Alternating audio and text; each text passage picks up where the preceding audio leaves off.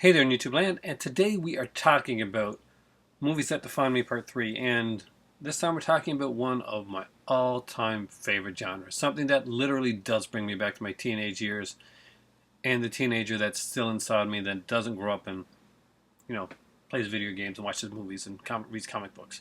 And that was the ever-loving, fantastic, amazing exploitation films that were so big back in the 80s, and it's such a shame that they're really not done like that now, because it was kind of a rite of passage when I was like a teenager, like to seek out and get these movies. And I know they had like the American Pies and all these offshoots and stuff like that, but none of them would have came about if it wasn't for the films that paved the way, the much better films that paved the way from my youth. And we're gonna look at some of them right now. And you know what? To be an exploitation film doesn't always have to be in the comedy genre, though. We're going to be going mostly in that way. There's going to be a couple that interested young Aaron for many reasons. Anyway, let's look at them right now. First up is Hard Bodies and Hard Bodies 2. Hard Bodies 2 was not quite as good as the original, though I gotta say I did enjoy it. Basically, Hard Bodies, the first one anyway, this is one I remember really well. There's these like middle-aged guys who like just got divorced, getting away from their wives and stuff like that, and they rent this beach house, and they want to score some young girls, some young chicks. So they don't have much game, right? So they're out there and they're trying to do stuff, and it's not working. Meanwhile, there's this young dude. He's kind of like a grifter, con guy, good, easy with the ladies, talks easy, gets girls in bed, no problem. At the exact time that they're getting their place on the beach, well, he suddenly finds himself without a place to stay. No money, no real prospects, and what's the guy that's ever so smooth to do? Well, he's to be hired by these three guys to teach them the ways of scoring the girls.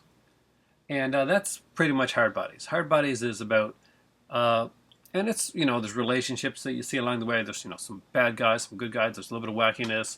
Lots of a nudity and scantily clad females and attractive males for the male viewers as well, and the female viewers. Darcy DeMoss, I forgot she was in it. Darcy DeMoss from Friday the 13th, actually. Man, yeah, she was.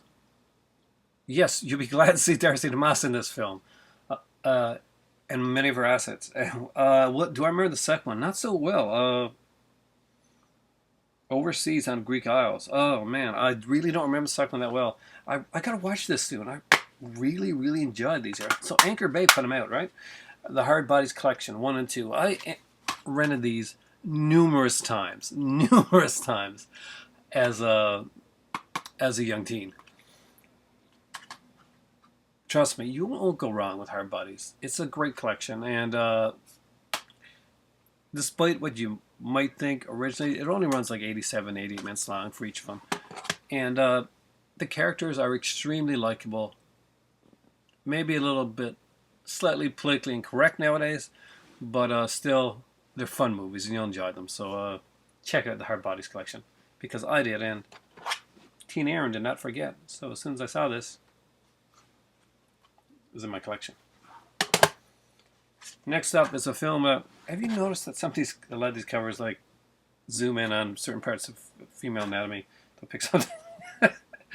Is Spring Break. And Spring Break was one that I got at the time because not only was this kind of a teen, kind of like the teen comedy with the done in Fort Lauderdale with the sexy girls and the hunky guys for the girls to look at and stuff, but it also was directed by Sean S. Cunningham, who directed Friday the 13th.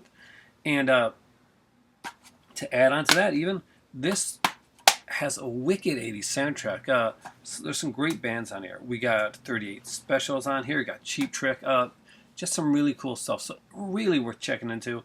If you haven't seen this one here, this again, 4 guys at spring break at Fort Lauderdale and the hijinks that happen. And that's all you need. It's really just a fun film. one of the highest grossing college comedies of all time. There you go. See, there's a reason to see it right there. And if this cover, which is actually the poster art, does not sell you on this film, it really, really should. Next up is one that does not enter into the comedy vein, but I put it in here anyway. And I could have probably put this in science fiction or something like that.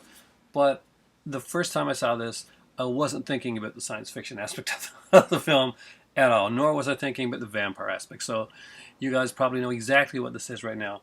It is Tobe Hooper's Life Force. Yes, Mathilda May plays a alien vampire that comes down in England to, Patrick Stewart's there, and basically walks around naked almost the entire movie.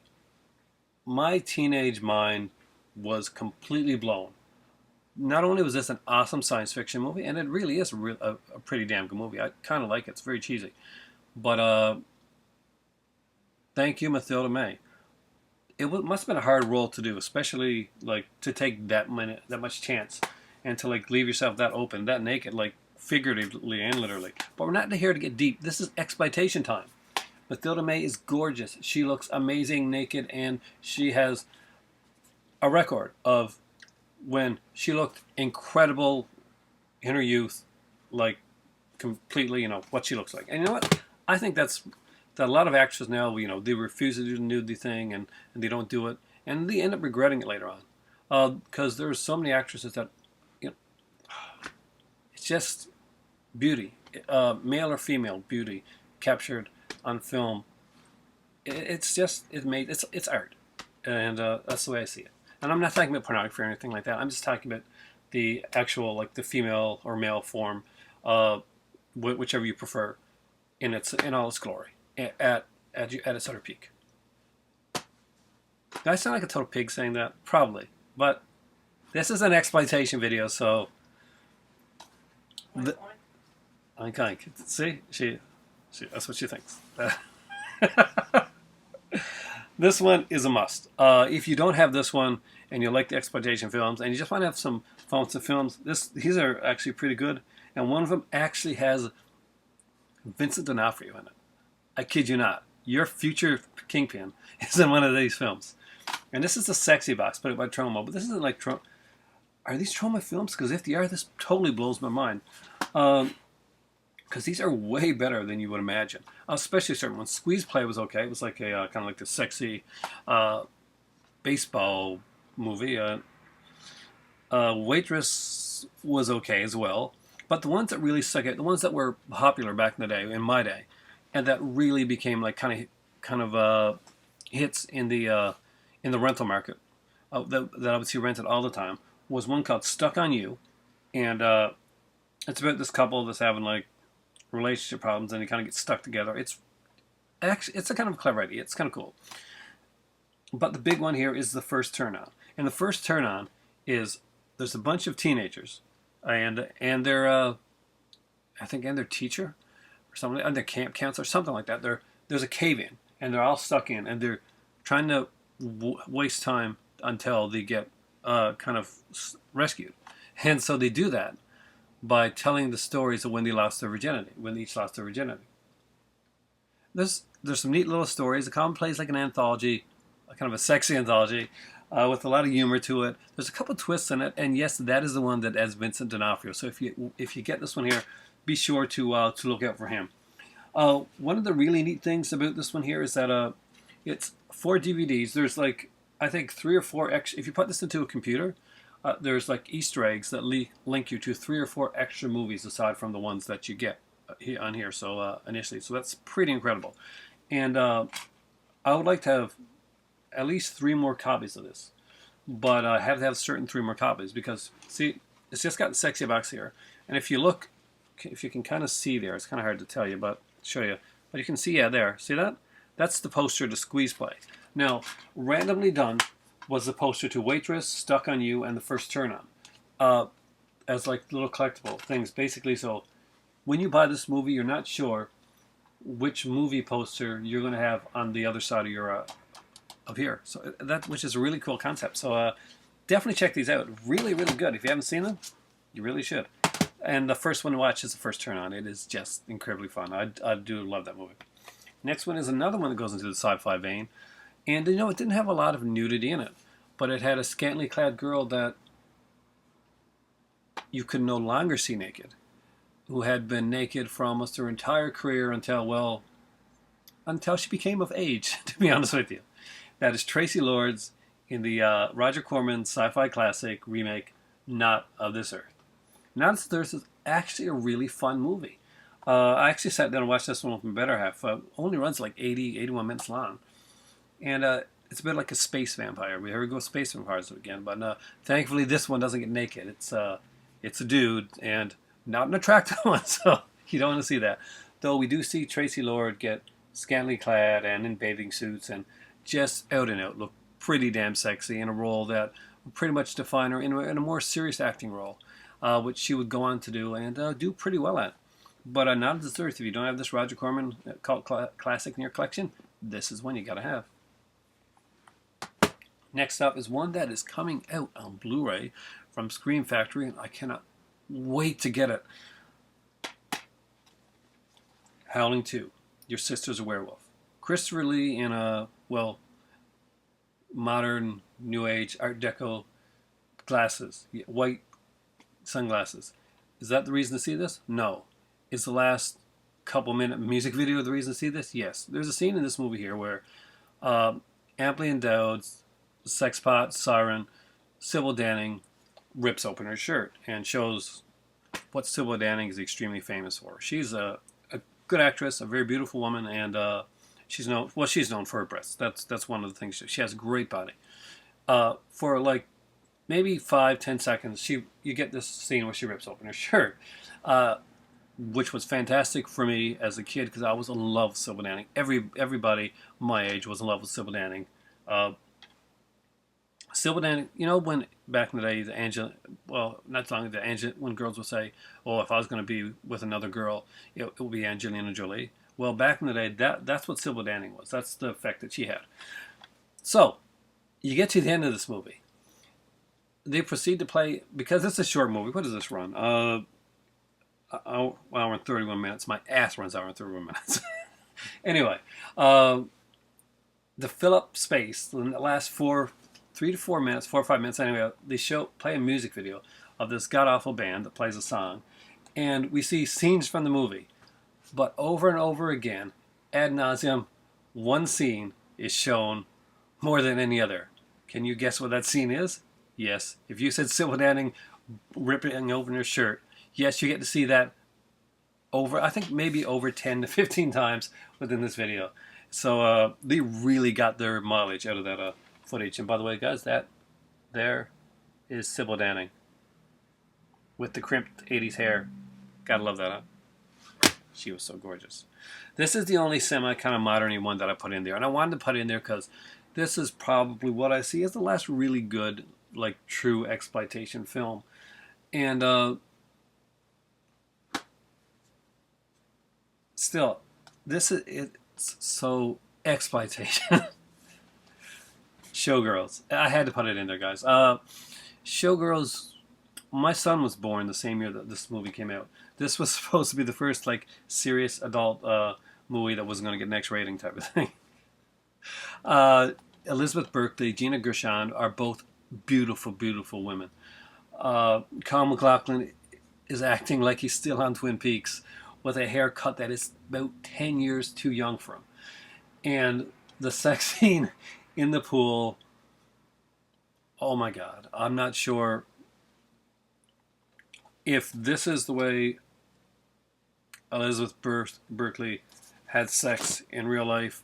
Men have been hurt. That's all I'm going to say. Men have been seriously hurt because she thrashes around like she's on her last. Watch the movie Showgirls if you're of age. It's worth it. Next up is another classic, and one that I really love, and it's called The Kentucky Fried Movie. It was one of the those classic what do you call them?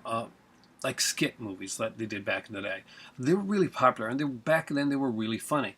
And what made this one really stand out as an exploitation-y film? Well, there's a mock trailer that actually makes fun of exploitation films that Okay, with full disclosure, that young Aaron watched over and over again to the point where the tape broke. I broke the tape. Catholic high school girls in trouble. Check it out on this one here. It's other things too, but oh, it was hilarious. I just like this whole movie's funny as heck, but I actually went out and spent the money back in the day to buy this thing on VHS so I could watch Catholic high school girls in trouble, hoping and wishing and praying. Why can't this be a real movie? Why not? And here's one of the ones that helped start it all. Uh, Based on the Israeli sex comedy series that went on forever, The Lemon Popsicle, they remade the first one and pretty much shot by shot, and they called it The Last American Virgin. See, Cannon didn't just do action films. Cannon did stuff like this, and Last American Virgin is highly underrated. It has a great soundtrack. It has incredible acting. The girls are cute, and yes, it does score with the nudity, but it's one of the films with heart. Does it always transfer over? Maybe not all of it transfers over the way that from as a as Boaz Davidson did it, who was like is an Israeli director. So some of the translation of certain things may not fit in a North American society, but the movie overall is fantastic and really should check it out. It is a great one. When they really wanted to make that translate well, they got a guy to kind of do a movie that was extremely similar to Last American Virgin, and 10 years later, it would be ripped off with a movie called American Pie. But the original, the classic, Bob Clark's Porky's. I've actually got like the three of them on a kind of like with no features on it. But this is a classic Blu-ray edition from Arrow Video. Porky's, it was a classic film, and although it definitely is a sexploitation film, there's lots of nudity. We actually have a young oh god, what's her name again? Kim Cattrall, yeah, in this as Lassie. If you want to find out why, you're going to have to watch the movie. There's some just great scenes. The character of Pee Wee, there's just a great nudity, it's comedy, but this movie is set in 1954, and there's a lot of heart and more depth than you would expect to the Porky's movies. Going to the point where when they made a sequel, Porky's 2, not only did he kind of go for the normal hijink stuff, but they tackled racism and like anti-Semitism and all this type of stuff, which was pretty deep for these type of films back in the day. But it made sense because they were set in a time when this stuff was actually happening, and they wanted to show that although adults were very much along the racial divide and all that stuff, teenagers, at the end of the day, they were teenagers, and that's the cool thing with stuff like that. When in the youth, when you don't see the color, and the Porky's movies did that, and they did it well. And now let's look at something that was done with extreme exploitation and no chance of have any real storyline at all. And it's two films in the series, Cheerleaders, and of course the classic Revenge of the Cheerleaders. That's actually this is the first and third film in the series. There is like a second, and I think there's a fourth as well. The Cheerleader series is exactly what you think it is. It's cute girls in cheerleading outfits.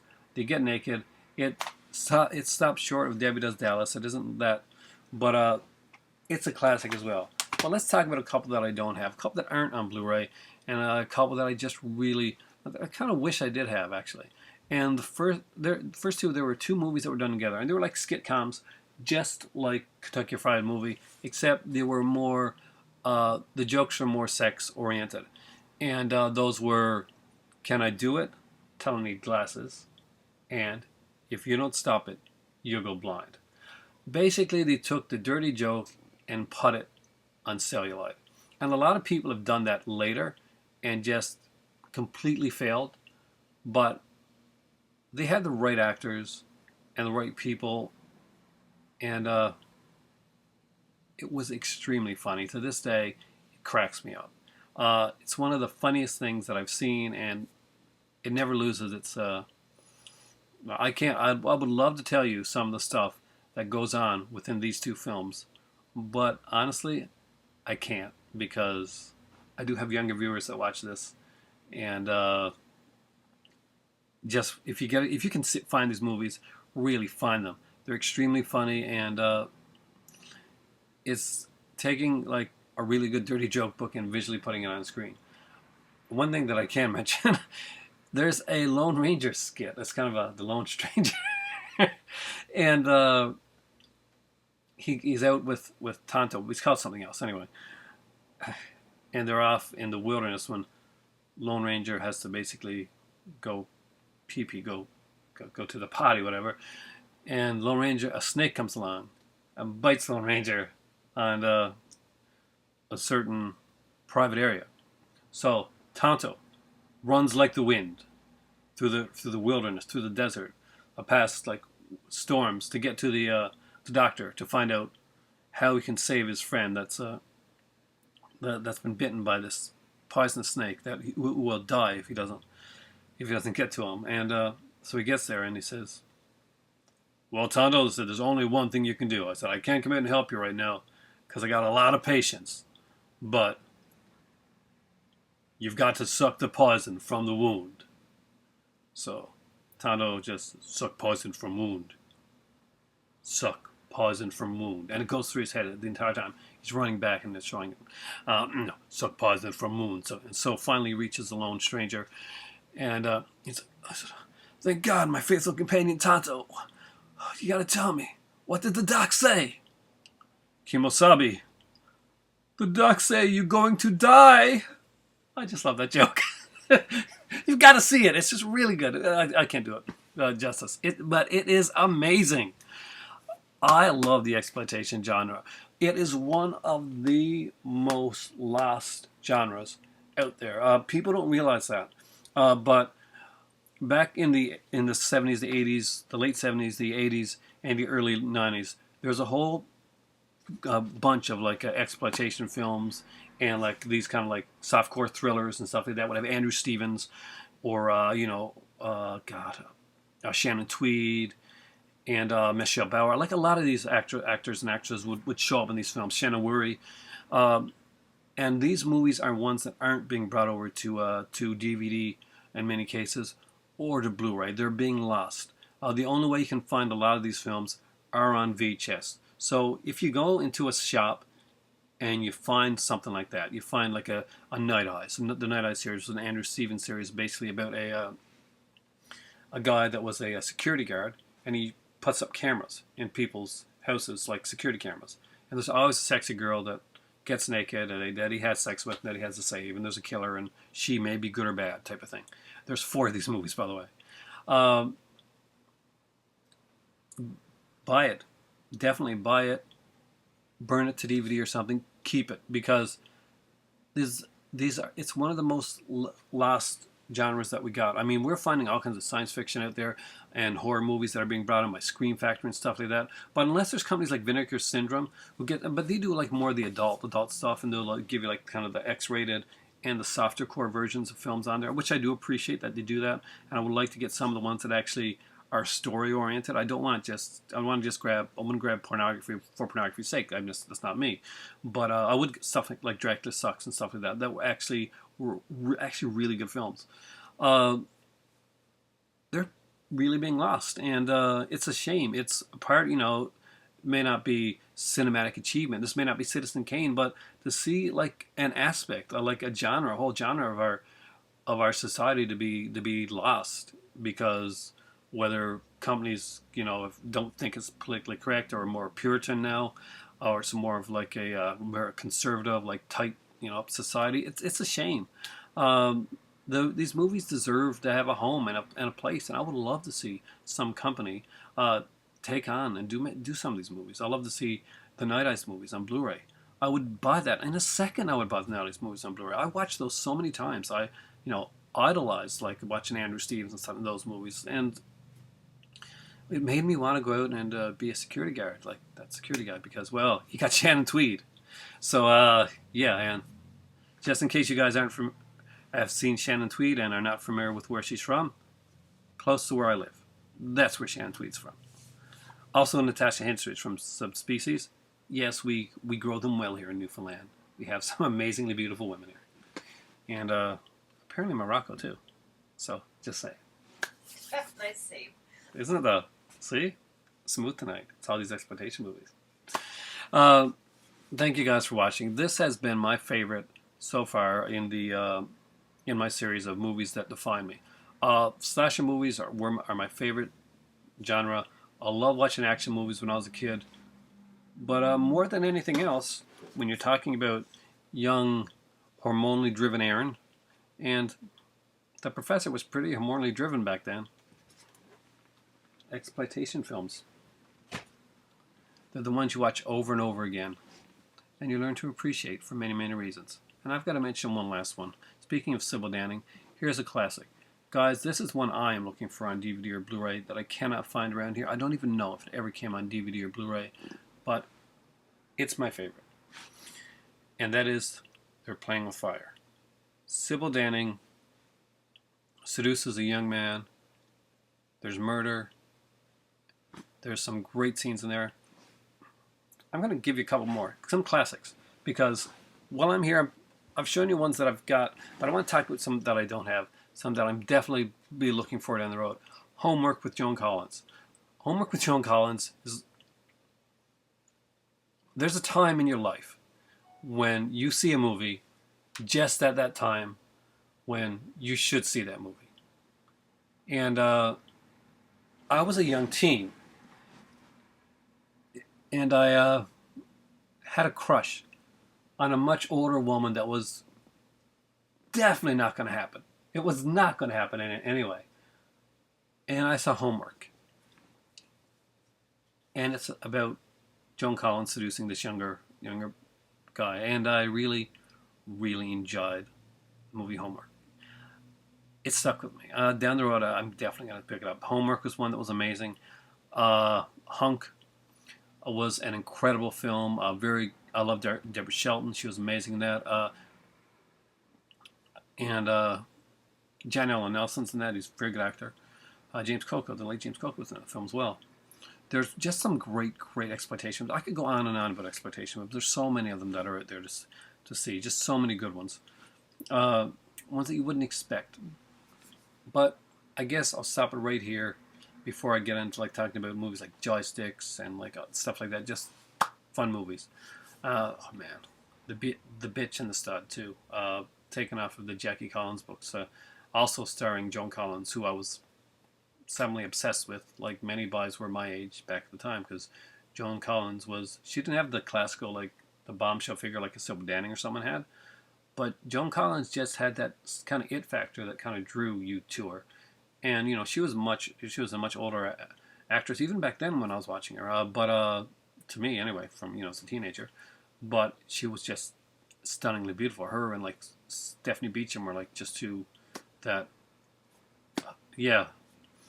Well, before I need to take a cold shower, I'm going to end this video, make myself some tea, some nice relaxing tea. Have a great night, guys. I think my conversation has made the giant lobster head just a little bit redder. Hope you enjoyed this. Get yourself some exploitation.